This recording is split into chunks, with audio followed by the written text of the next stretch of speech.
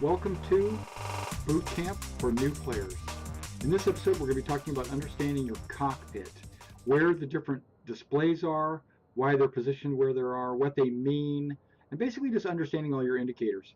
We're not going to be flying around showing you how to fly or what keys are required to fly. We're just going to show you the cockpit and let you understand where the cockpit is. Flying is in the future videos, so check those out.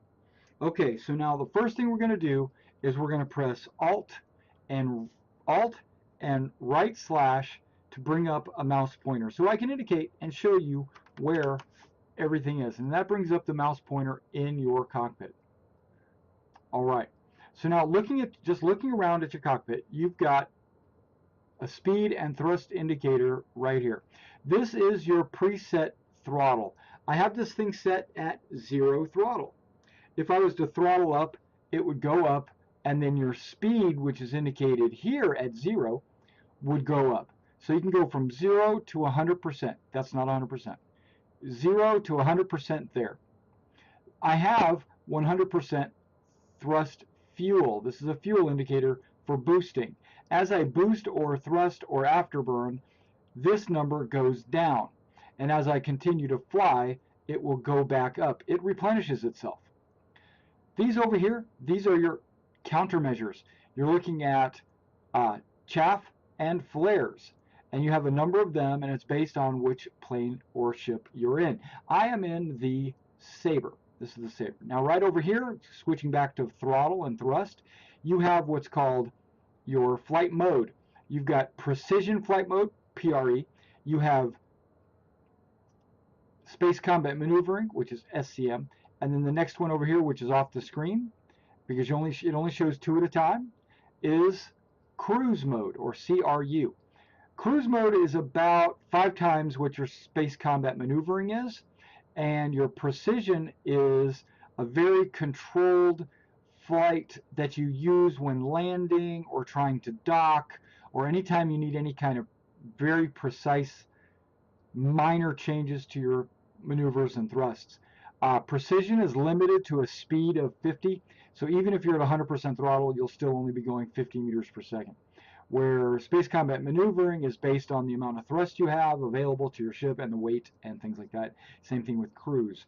The one below it is how fast you're traveling in meters per second. Then you have like how much thrust is being put out. When you're turning and thrusting forward, and it's just giving you a variable number, telling you like what your thrust looks like. All right, you have over here, these 3 are your what they call safeties. You have coupled. When you are coupled, your ship will fly forward or in the direction of the front of your ship, and when you turn the front of your ship will apply thrust automatically to turn you in the direction of travel towards your crosshair, towards the front of your ship. When you decouple, you turn that off. And one way to turn that off is by pressing C. C decouples that. So you press C, decouples it, brings it back. When you decouple, now it does not matter which direction you are traveling. You can turn your nose to face in any direction, and your thrusters will not try to get you to turn the ship in that direction. It will only orient you so you can like fly backwards or you can fly sideways. So when you decouple, your momentum carries you forward while your ship might turn. It does not automatically turn you. Okay, the next one is G-Safe. G-Safe is when it's turned on by default, and that's to help prevent the ship from turning sharper than the human body can withstand. So it throttles itself down to prevent you from getting splattered against the windshield. You can turn that off to increase your maneuverability, but when you do that, understand you're risking your life. You're also risking blacking out and redding out a lot quicker. So that's what G-Safe is there for. The next one is ComStab. A lot of people turn that off. Its default is off. You can turn it on if you wish. What it is, it's command stability, and it will make your ship fly more sluggishly but you're not going to have any erratic movements. So instead of it jerking around all over the place, like maybe a 0, it'll fly a little bit more like a wildcat. It'll still be maneuverable. It's just that it'll be stable. And people turn that off because they want the jerkiness. ESP. ESP is like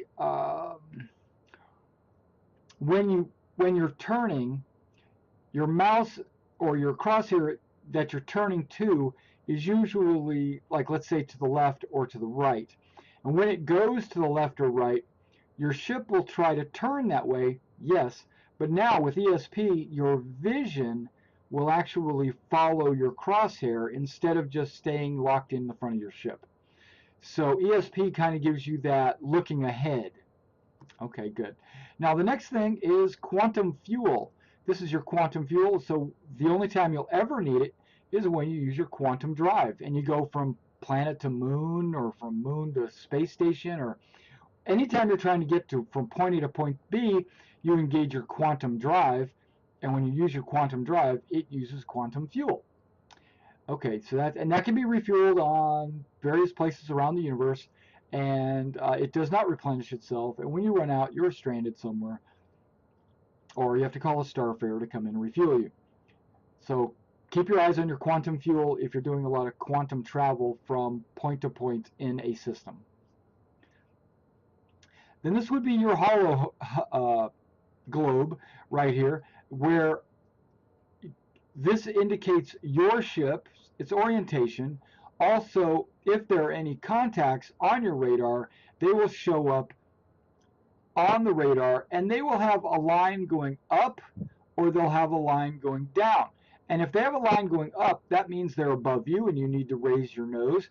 And if they have a line going down, you're going to have to lower your nose. And once you as you start to lower your nose, the dot, anybody that's below you's line's going to shrink, and then anybody that's above you's line's going to grow because now you're getting further and further above you. When that line becomes horizontal only and he's not directly in your front, you can turn left or right, or you can do a combination of both. That comes with flying. But this is your target aspect globe radar. It's going to show you where everything's at. Okay, now these here are right now currently just for looks as far as I'm concerned. Moving down, you've got your MFDs right here. These MFDs, the Sabre has 5 of them MFDs, and these are customizable, so you can change these out however you want. Now to zoom in, like, can you read that? I can't read that, right? I specifically put the Marine helmet on because it does not have a mouth guard. The RSI helmets have this mouth guard that covers like all of this area right here, and I can't see any of my MFDs because the MFDs, like especially the damage one and my target one, used to be up here on my screen, and that's kind of immersion breaking, unrealistic. So what they've done is, and what they've always wanted to do, was put them down onto the MFDs. So they've removed them. I've got clear fields of fire. My vision is unobstructed, and they brought it down to the MFDs. Now, how do I zoom in? Well, you can press Z because that's your free look button. We're not getting into that yet, but Z is your free look button. Let me get this mouse pointer off because that's complicating things. Okay, now I don't have a mouse button, and I do have a point of aim for my weapons, right? And if I move it far enough, I'll start turning. Z allows me to look without my ship going crazy, right? So now I can look all the way around. I can even shoot that direction, or most partially that direction. But so now I've got full fields of vision, okay? And I can look down here. Now I can roll my mouse wheel to try to zoom, but that's not going to do it. So I use Z and then AWSD. So Z brings me to my MFDs. Now I use my D key, my A key, my W, well actually D and then W, right? So you're navigating around your screen is what you're doing with your AWSDs. Right, now if I have this in, and I have now, it also grants you a mouse pointer. I'm holding Z. It's granting me a mouse pointer, so I can cycle through these MFDs and I can navigate them how I want, you know, just depending on what I'm looking for. And here's my weapons, right? So if I go ZS, or let me zoom in on the middle one. Okay, I can change my shot groupings, right? If I want it to be my left or right mouse button, however I want to do it, you know, and what guns I want to put on what mouse button, just like that. Now, if I want to discuss missiles, that's here. My power is here. My shield's here. My target information is there. But I always keep it here. Your heat gauges are here, so as they start to heat up, this speedometer will go up and up and up and turn red, red, red. It'll get really super bright red. Stop firing it, and it'll start cooling off like this. Shows you how much your ammo is, but you're not going to see that. Really, you're not going to see that unless you ZS. From time to time, you'll ZS just to kind of zoom in on that while you're flying around. Just get used to that.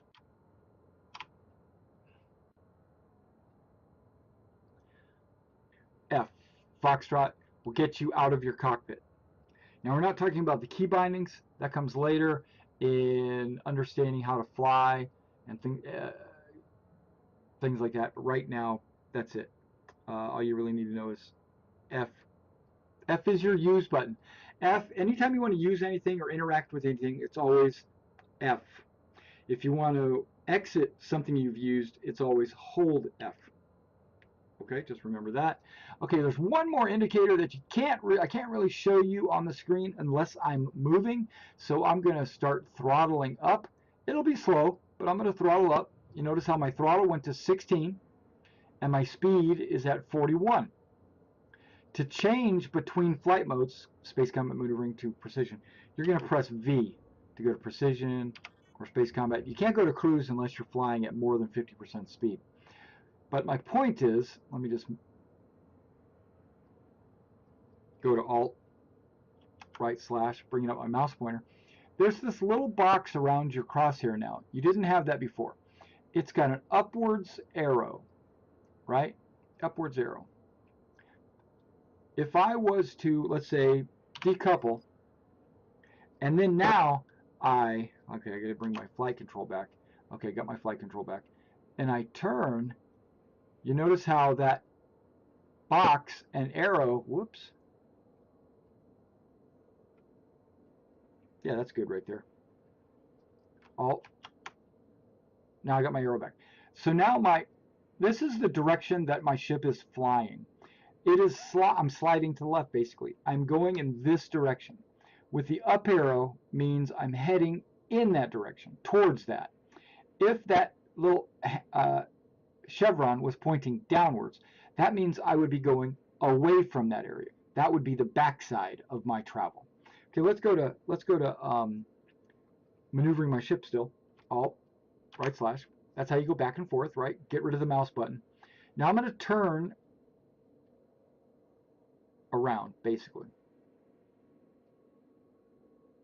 Okay, you can see that over here, Alt, right slash, you can see right there, I'm traveling away, see how the slash is down, from that point. And you can kind of see how I'm going backwards. Now, if I was to press C, everything's going to go back to trying to fly in the direction that I'm pointing. That means I'll recouple. My thrusters apply, and now I'm flying in that direction. And if I turn, you'll see that the direction of flight will try to stay with me.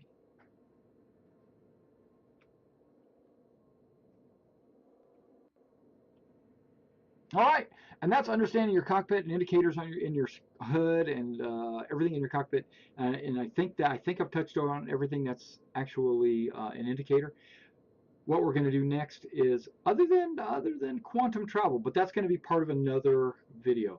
So this was boot camp for new players, understanding your cockpit, and I'll see you next time.